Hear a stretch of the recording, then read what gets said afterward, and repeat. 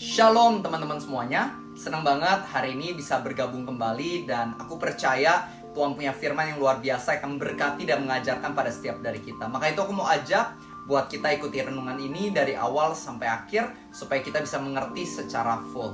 Yuk kita mulai dan doa terlebih dahulu. Bapa yang baik, kami bersyukur untuk hari yang indah yang telah Engkau berikan. Terima kasih untuk nafas kehidupan.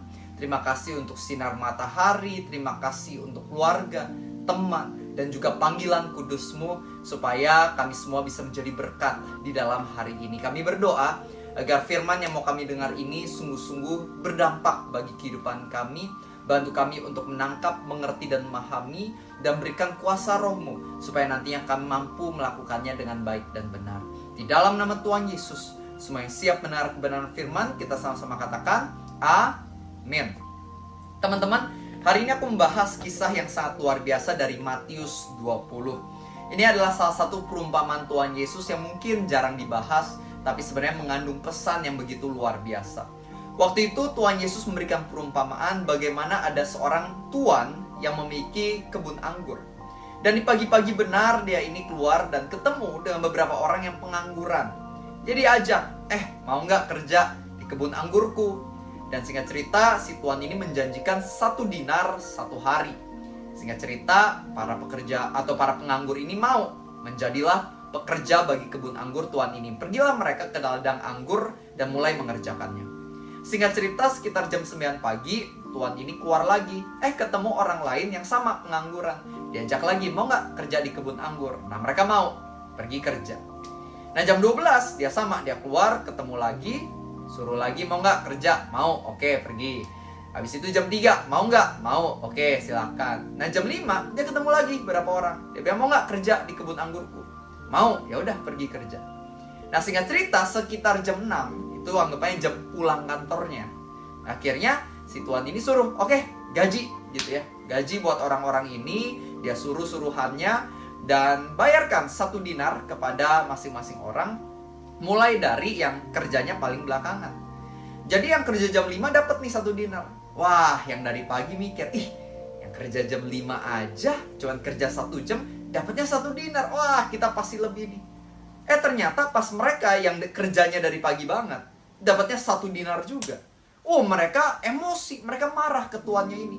Loh, kok mereka yang kerjanya cuma bentar, dapatnya 1 dinar?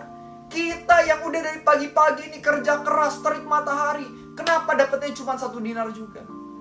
Terus tuannya bilang gini, loh, kita kan emang dari awal perjanjiannya 1 hari 1 dinar. Lagi pula, bukankah ini adalah milikku, makanya terserah aku mau menyalurkannya seperti apa? Jangan-jangan kamu iri hati, karena aku adalah seorang yang murah hati.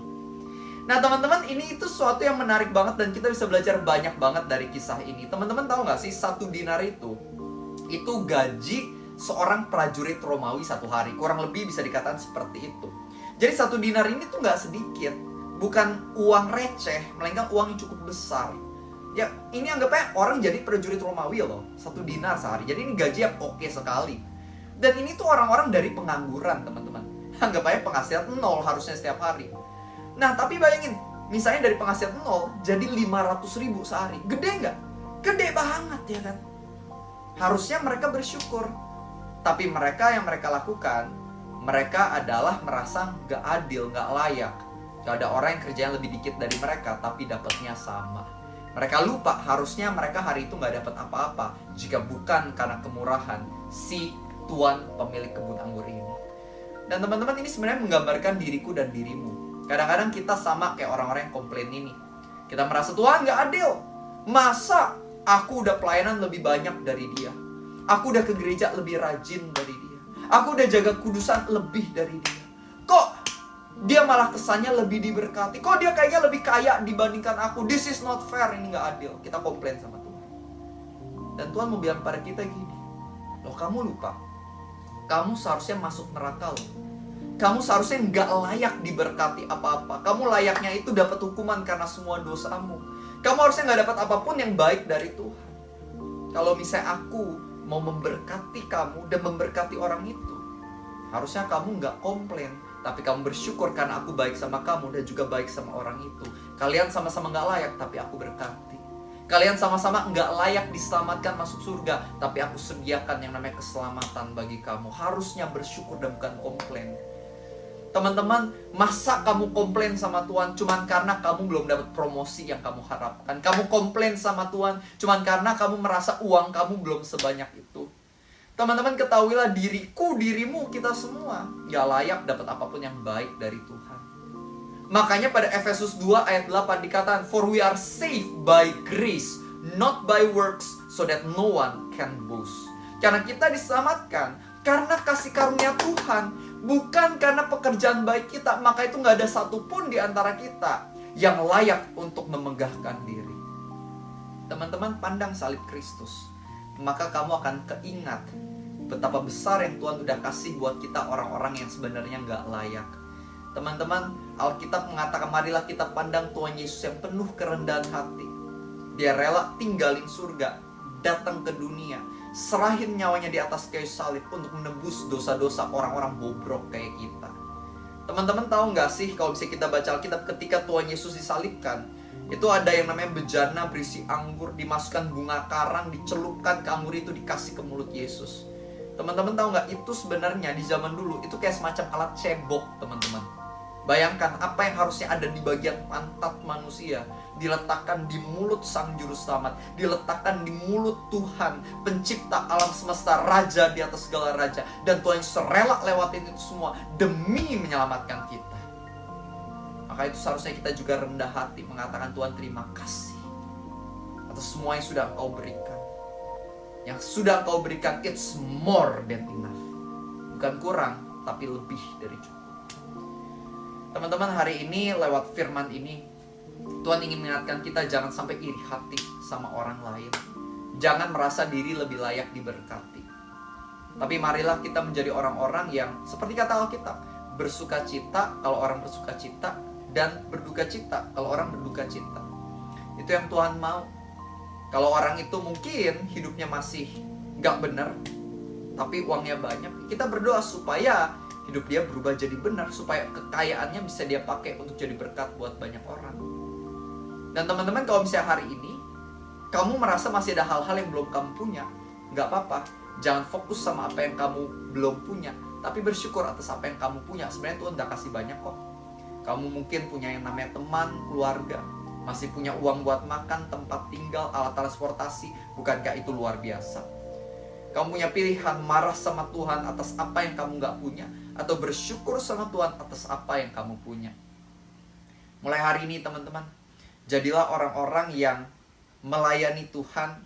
Dan berapapun upah yang Tuhan mau kasih buat kita, kita katakan terima kasih. Karena ingat, itu adalah bonus untuk orang-orang yang gak layak seperti kita. Ingat bahwa berkat terbesarnya Tuhan udah kasih kok. Sama kayak ketika sang tuan pemilik kebun anggur kasih kepercayaan buat orang-orang ini bekerja, itu sebenarnya berkat yang lebih tinggi loh. Para pengangguran yang gak punya skill ini, gak bisa apa-apa, harusnya melarat tapi dikasih kepercayaan dan pemeliharaan. Itu berkat yang tertinggi. Kepercayaan itu sama.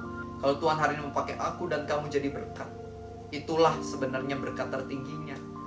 Jangan kamu berpikir dapat uangnya itu adalah berkat tertinggi. Enggak. Tuhan mau mempercayakan tanggung jawab buat kita jadi berkat kepada kita. It's a great blessing. Kita gak layak dipilih Tuhan, tapi aku dan kamu udah dipilih oleh Tuhan. Jangan berpikir dipilih Tuhan artinya jadi pendeta. No, dipilih sama Tuhan maksudnya ketika kamu dipakai Tuhan untuk jadi blessing, itu dipilih Tuhan. Amin. Maka itu yuk, mulai hari ini kita jalani kehidupan dengan mindset yang benar. Amin. Aku mau berdoa buat teman-teman semua. Let's pray together. Tuhan Yesus, kami bersuka cita untuk firman ini. Ini adalah firman yang sangat menegur kami, membuka mata kami, dan menguatkan hati kami. Tuhan, aku berdoa agar setiap dari kami yang udah dengar firman ini sungguh-sungguh diubahkan hatinya oleh Tuhan, dan sungguh-sungguh setiap hari diingatkan akan kebenaran ini oleh Tuhan, dan mampukan kami supaya kami bisa sungguh menjadi berkat kemanapun kami melangkah. Gak sibuk mengeluh, gak sibuk iri hati, gak sibuk melakukan kehidupan kami dengan malas-malasan, tapi sibuknya melayani Tuhan, bikin hati Tuhan senang, menolong orang-orang kenal sama kasih Tuhan. Pakai kami lebih lagi Tuhan. Dan kami mau melalui setiap proses dari Tuhan, bukan dengan keluhan, tapi dengan ucapan syukur. Sebab kami tahu Engkau baik, Engkau adalah Juru Selamat yang udah mati di atas kayu salib untuk menebus dosa kita dan menyelamatkan kami. Engkau sangat luar biasa. Dan kami mau declare lagi sama-sama, Jesus Christ, you are always more than enough. Di dalam nama Tuhan Yesus, semua yang percaya, kita sama-sama katakan, amin. Dan teman-teman, aku pengen ajak buat kalian semua yang rindu dapat renungan firman setiap harinya, kamu bisa klik tombol subscribe, bunyikan tombol lonceng, karena aku bakal share renungan firman Tuhan setiap hari. Dan aku pengen ajak kita semua jadi saluran berkat. Please bantu share ke grup keluarga, teman, supaya lebih banyak orang bisa diberkati oleh firman yang diberikan. Semangat terus, have a nice day, and God bless you always.